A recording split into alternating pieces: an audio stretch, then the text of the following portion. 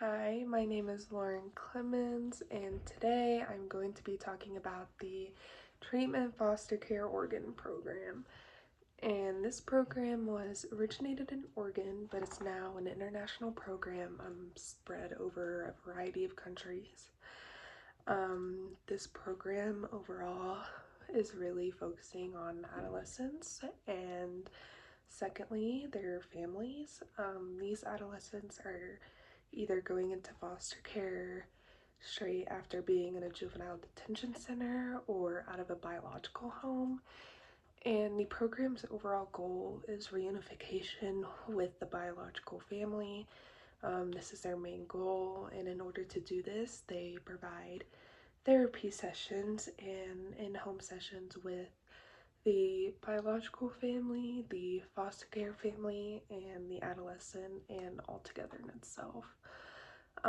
The program meets with the foster family beforehand to basically train them in what they need to do to be successful with this adolescent and just make sure that they know that they're there for them if they have any questions or anything like that.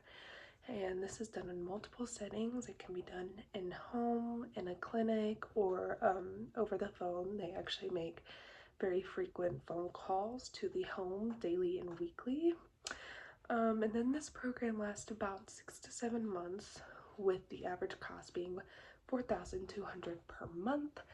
And it sounds like a lot, but research has actually shown that at the end of the day, it is less than most programs who provide similar things to these families. Um, the goals for them is to really just decrease and lower the risk factors, such as like adolescent delinquency, incarceration, drug use, foul or bad relationships with family, and they really just want to increase the adolescent's interpersonal relationship with the family, the biological family, the foster family, and just their relationship with themselves and their mental health. Those are the most important things and the protective factors they would like to increase. Um, and they do this using the social learning theory. This theory is huge for them, and most of their therapy is based off of this. And the CDC has claimed that 1,750 kids actually die from abuse and neglect within the system or at home each year, and that was in 2020.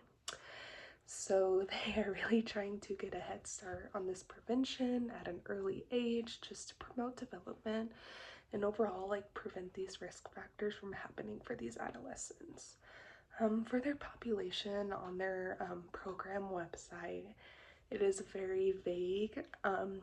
They say they cater to early adolescence and late adolescence, and the early adolescence being 12 to 14, late being 15 to 18 years old. And they claim that they target to males and females and also all ethnic groups, and that is all they say about the population they are helping. And about research to really back up if this program has been effective, there was a researcher, Chamberlain, who conducted 2 studies, one in 1997, one in 2007. The 1997 study was with a group of 79 boys, and the group of 2007 was a group of 81 girls. And both of these groups did the same thing. They were mandated and forced into out-of-home care from a juvenile center, and they were given basically the steps of this program. And then it was a longitudinal study, so he went back and did interviews and surveys of them 2 years later to see if this program had been effective, and they found an overall decrease in drug use, incarceration, time being in prison, and delinquency overall for both groups. And they also found an increase with relationships with family, friends, peers in the community for both groups. And there were multiple studies done. That was just 2 of them to prove overall effectiveness. Um, as far as diverse populations, like I said, the website was very vague about this.